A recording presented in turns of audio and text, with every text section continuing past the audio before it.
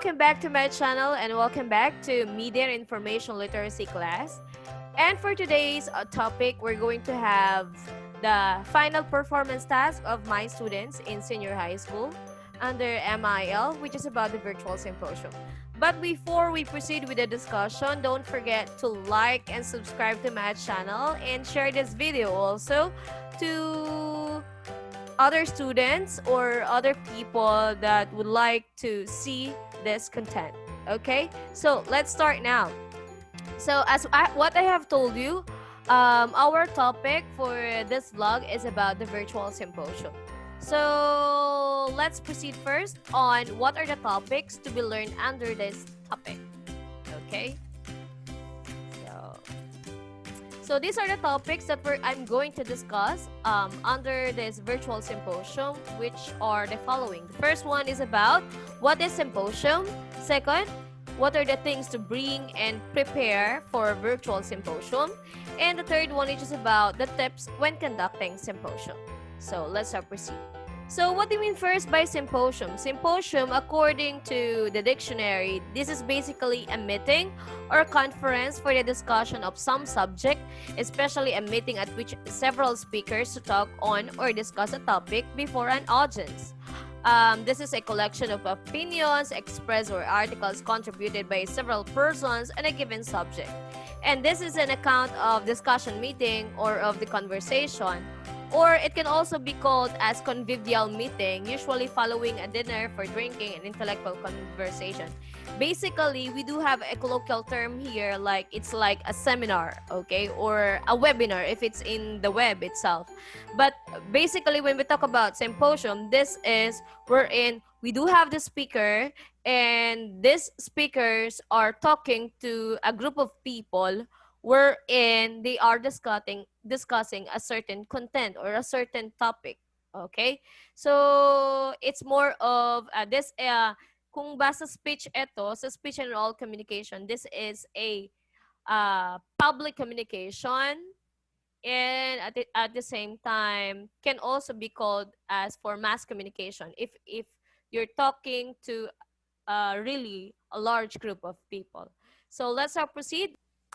And for the next one would be the things that we need to understand also is about the things to ready or the things that you need to prepare before the virtual symposium. So if that's virtual symposium, I know you're very familiar with virtual symposium. Basically, you're going to make the symposium virtually, meaning through web, through the use of internet.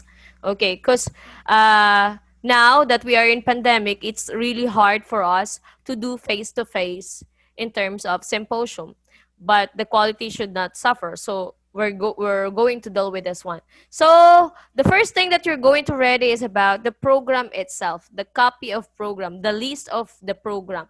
I mean the opening prayer and how the discussion or the whole program will flow.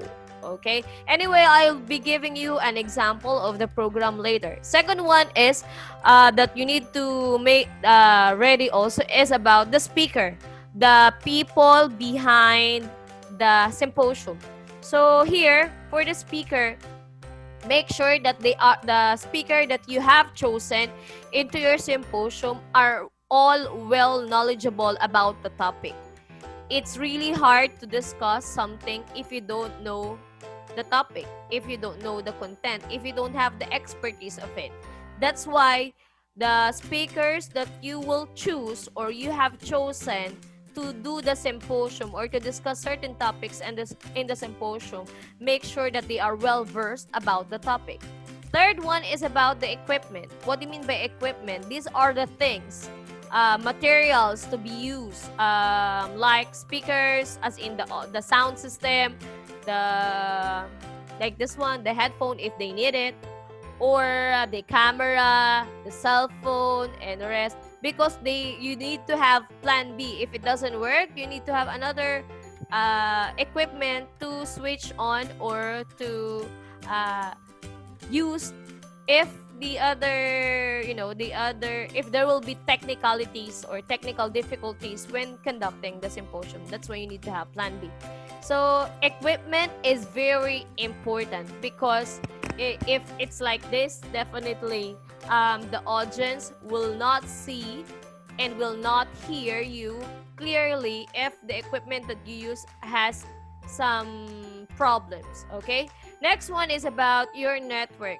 A network is also important in terms of symposium, but it doesn't mean that, ma'am, kailangan po bang kailangan may internet kami? Kapag walang internet, definitely you're going to use the plan B, wherein you're just going to video or record yourself discussing what is in the PowerPoint, and then make someone to edit your videos and then just combine it and then fuse it and then share it into your Facebook if there is no stability of network. Okay, that's why you need to inform me about it. So next one is about the PowerPoint presentation. PowerPoint presentation is very important for the speakers to deliver the discussion smoothly. Hindi naman pwede magsasalita lang sila nang walang nakikita sa background. So they need to have this one because yung PowerPoint presentation is basically sometimes the script already of the speaker para kung mawala man siya doon sa kanyang dinidiscuss. At least she got or he got the PowerPoint presentation with her at her background para ma-deliver ng maayos kung medyo mawala man siya. So, be careful with your PowerPoint presentation. You need to follow rules when making your PowerPoint presentation, like 7 lines in a slide. Hindi pwedeng bombarded yung PowerPoint presentation yun ng discussion. Kasi kung ganon, tapos babasahin nyo lang, it's a no-no to a symposium. Hindi pwedeng binabasa lang kung ano ang nasa PowerPoint presentation. You need to interpret it with your own words. So, in short, dapat yung nasa PowerPoint presentation nyo ay napakaikli lamang. And the speaker will elaborate it and will explain what is on that PowerPoint presentation. So next one is about the music and other videos to be used. For example, if it's a national anthem or nationalistic song, so you need to prepare the files for that, the music if you need it. Okay, so those are the things to ready before the virtual symposium, and definitely this is the important thing. You need to make yourself ready. What can you contribute to the group? Okay, it's not only about you, it's about the whole group. The success of one is not only the basis to know if the symposium is successful. It should be working. It should be like not only one is working. It should be all of you should be working together to make your symposium a success. So hindi pwedeng isa lang ang magaling na speaker. Lahat dapat ng speaker ay magaling. Even the host, even the technical director, even the one who plays the nationalistic song and the other thing, or the one who conducts the open forum. To make it success, make sure that everyone is working hand in hand. So parang sa music lang yan, hindi pwedeng isang instrument lang ang gagalaw or the other. You should work harmoniously to make it like a good presentation for the audience. Okay? So next one that we're going to talk about is about, oh, by the way, this is the example of the program when you do have your symposium for the Media and Information Literacy Symposium. If you're going to conduct about this topic, like developing the millennials' cognizance for media and information literacy, be involved, be informed. So this one should starts with the opening prayer, nationalistic song, presentation of participants. Participants you're going to present the speakers. Like for example, hi everyone, this is I'll be presenting to you the list of speakers for this symposium, which is Ma Maria Jessica Alcemilia, who will be conducting and will be discussing about like that. So that's for the presentation of participants. And for the symposium proper, this is already the discussion or your rules when you do have, you can also conduct or you can also give your house rules for the symposium proper. And what are the things that they're going to know for your symposium. So here, the symposium proper also consists of the objectives of your symposium. So you can have also the welcome remarks of your leader or welcome remarks of the head of the class. So the next one is about the etiquette, computer internet addiction, fake news, cyberbullying, claim wars, internet safety. These are example topics for the speakers to discuss, which is in line with the title of your symposium. And then it will be followed by an open forum. An open forum if it's live. Kung naka-live ang inyong symposium. Pero kung hindi naman, we can just use the chats. The comment box into your Facebook account wherein you upload the video. So, and the next one will be the closing remarks. So, kung hindi kayo naka-live, mag-jump tayo sa closing remarks already. So, someone will have the closing remarks for that program. Okay? So, always remember that you look into the purpose of your program, of your symposium. Okay?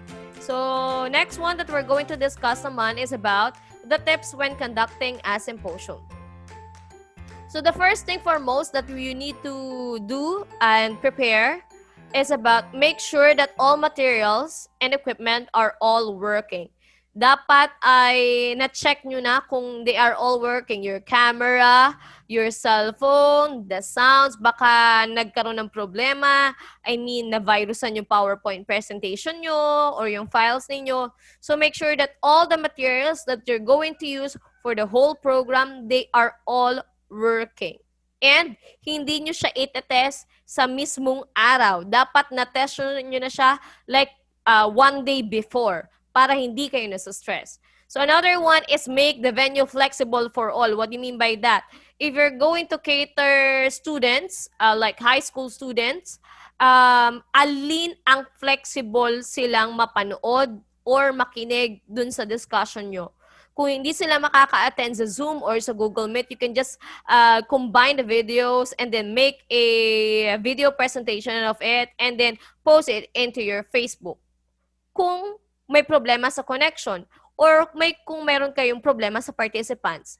So, that's for make the venue flexible for all. Next one is about assemble the members of the symposium. Make sure that you have invited participants or audience to watch your video presentation beforehand. That's why I'm asking you to make some advertisement or flyers before conducting symposium so that your audience will be informed that they have that symposium to watch or listen or understand like that. Okay? Next one is be particular with the time, especially with the whole program and especially also for the speakers. Baka kasi may mga times na ang speaker, hindi niya tinitingnan yung time. Ang nakaalat lang pala sa kanya is isang oras o kaya 15 minutes, pakahaba-haba na ng kanyang discussion. So, dapat sa inyong virtual symposium, dapat meron kayong timekeeper kung hanggang ilang oras lang ba ang inyong symposium. Kasi for your class, you are allotted only for like the maximum of the whole program is 1 hour. So 1 hour wherein you have discussed it already and the whole program is done and finished. So be particular with time. Next one also is about know your topic, especially for the speakers. Not only for the speakers, but also for the whole team of the symposium. Know what are you doing into the symposium. Baka kayo hindi nyo naiintindihan kung anong ginagawa nyo and para lang for grade. So you need to know your topic to be discussed. You need to know your responsibilities to be done into that symposium. Like the ones that I have told you, each responsibility and each contributions is very critical into a symposium. May isa lang magkamali, mali na ang, alam mo yun, may isa lang pagkakamali, hindi na nila nakikita yung kagandahan. Ang nakikita na nila ay yung kapangitan. So, be particular with that. Next one would be spontaneous and be well-versed with your discussion, especially for the speakers. I mean, don't do the cutting. Alam mo yun, ano nga yun? Like that. So, the audience will see if you are not well-versed and you don't know what are you talking about. So, as what I have told you before, you need to practice, lalo na hindi pa kayo masyadong expert, practice the topics that you have to discuss or also study what you have to discuss. Okay? Another also is be confident. So, one way of how to be confident is you need to look good. Kung kailangan nyo mag-makeup for girls, mag-makeup kayo. Kung kailangan nyo mag-gel and all, mag-gel kayo. Because that's the requirement Requirement kasi, syempre, di ba, pag ang pangit nyong tingnan, definitely, to the people that you're talking is parang nako-conscious kayo. Okay? Not only with how you look, but also how you say the words. Okay? So, be confident on how you present yourself to the audience. Okay? So, requirement sa symposium, if you're going to conduct a symposium, kailangan nakaayos kayo. Not only with your face, but also your dress, your words that you're coming into your mouth. Dapat full confidence. Next one is, you need to use language that can be understood easily. So, avoid technical terms, avoid jargons. So, what do you mean by jargons? Yung mga jargons are technical words that only few people can understand because it is in line with their courses or it is in line with their profession. So if you're gonna be catering to a younger audience, be particular with the words that you're using. Hindi siya dapat super blunt, hindi rin siya dapat super bastos. So your words should be manageable and can be understood. Okay? So use language that can be understood easily. And not only with that, but don't use also foul words. Especially, we are into the virtual and everyone can watch that. Okay? So try to limit and try to filter your words. Okay? Next one would be make it interactive. So what do you mean by make it interactive? You're not only talking to yourself. It seems like you're talking to someone in front of you. Okay? Someone in front of you na ang goal mo is maintindihan niya yung sinasabi mo. And hindi lang basta binabasa mo yung nasa PowerPoint presentation. And make it conversational so that hindi naman siya boring. Hindi siya boring panoorin, hindi siya boring pakinggan, hindi siya boring intindihin. Okay? So, make it interactive. Next one would be sure that you consider the interests and concerns of the audience about the topic. So, ang technique dyan is you can give examples that they can relate, o kaya mga expressions that they can relate, yung mga sana all. If you can, baka naman mag-expression kayo na hindi nyo naman kailangan dun sa topic. Okay? So, make sure that all the things you're saying are related to the topic. At the same time, you may catch the interest of the audience. Next one is about avoid unnecessary remarks or languages like the ones that I have told you. Especially kung ang audience nyo ay mga bata, be careful with their words, okay? Kasi kung ano nadidinig ng bata sa mga matatanda, yun ang iniisip nila, tama yun kasi sabi ni kuya. Tama yun kasi sabi ni ma'am. Tama yun kasi ang galing-galing niya, okay? So another one is make everyone be involved. Hindi lang ikaw ang nag-work. So you are working not only by yourself but also you're working with your other members of the group. Now, if you have another tips during this symposium, or like when conducting symposium, you can just comment down into my video. I think that would be all for the discussion of the virtual symposium. So the goal here is you can, according to Stephen King on writing a memoir of the craft, is that you can, you should, and if you're brave enough to start, you will.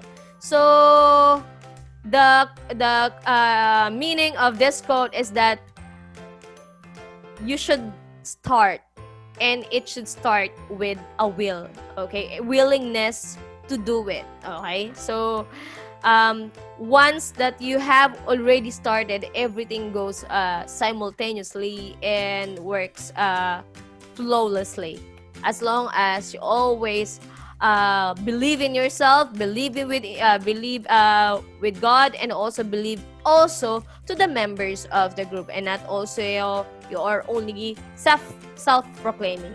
Okay, so that would be all for the discussion of virtual symposium. I hope you understand the tips and the rest of the topics for that topic, and don't forget to like this video if you understand what is into the virtual symposium, and subscribe to my channel, and also share this video to your classmates, groupmates, or other sections that having a problem with conducting the virtual symposium. So that would be all. Have a nice day, everyone, and stay safe, and always be happy, because happiness is a choice. Don't be stressed with negativities. Bye bye, everyone, and heart.